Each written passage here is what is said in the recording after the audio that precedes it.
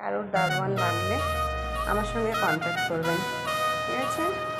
এই যে ছেঁচা মেচা ডিউটি করতে করতে ঘুমিয়ে গেছি সেটা আলাদা ব্যাপার, কিন্তু ডিউটিতে আছে।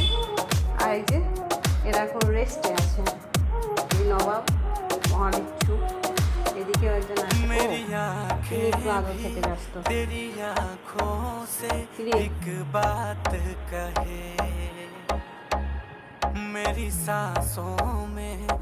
সব সবার জায়গা নিয়ে নিয়েছে, জায়গায়